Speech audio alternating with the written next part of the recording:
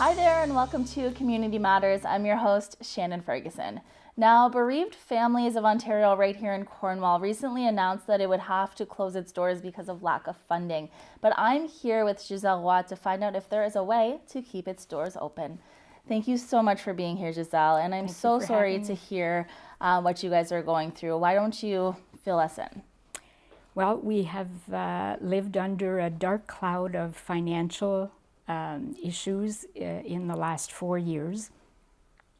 We've reached out as much as we could with the time and the number of volunteers that we have to the community to try and get sponsorships and grants and donations from a variety of different places, service clubs, banking institutions, medical, legal, real estate.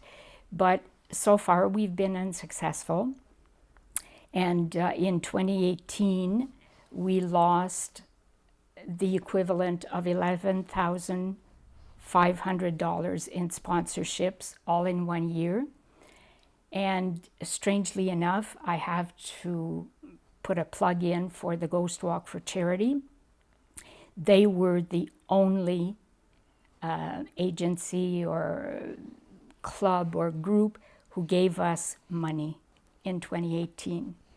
They gave us $5,500, and with that amount of money we were able to sponsor 5 closed groups where people come to a 6-week session with people who have lost the same loss, for instance, loss of a spouse, loss of a child. And let's talk about those programs because bereavement isn't something that a lot of people like to talk about. I think some people don't even know what that word means, and it means grieving. That's correct. And everyone loses someone. Everyone at some point in their life is going to deal with loss. And I think that a lot of people don't realize what services you actually provide.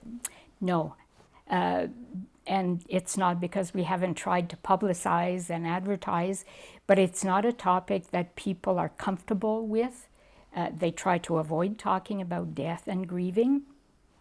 So we offer walk-in services, and sometimes people just don't know where else to go in town, so they just walk into our office, and some of them just collapse on the floor or on a chair if we can get them on time, just because of the weight of the grief that they are suffering. We will see them. We will schedule more appointments for them. We may see them for 6 months, a year, 2 years on a one-on-one basis. Then we offer support groups. We offer open groups where people just walk in. It's scheduled once a month on a regular basis. And then we offer closed groups where people have to register. And those are very amazing because they are with peers who've experienced the same loss.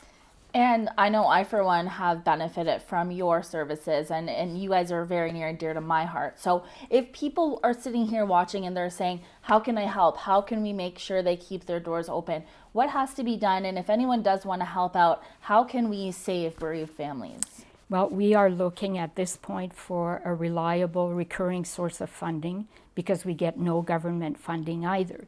So we're always grasping at straws each year to find enough money to continue operation for the year. It's been 4 years that we've been doing that. And somehow each year our bottom line decreases, and it has decreased to a point where in 2018, the only source of revenue other than our fundraisings has been the Ghost Walk for Charity grant that we received.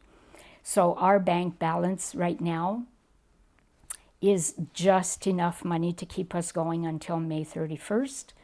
And if anyone can help us find a significant source of funding, a sponsor, someone who could commit to giving a relatively big amount for a certain number of years, because at this point, Not that we haven't tried. We've had campaign over campaign, but people are not responding. And unfortunately, even if we are a nonprofit, we have bills to pay and we have overhead to maintain.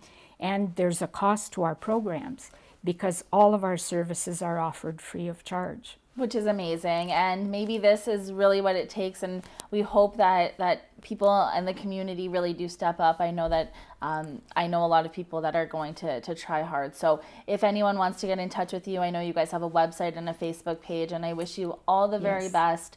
We're rooting for you, and we hope that you can keep your doors open. So thank you so much for being here, Thank you, and we've had a lot of messages sent to our Facebook page in a private message or emails, and we consider all suggestions and contact all people who have the heart to even want to help us. Great. Well, thank you again for being here today. Thank you, Shannon.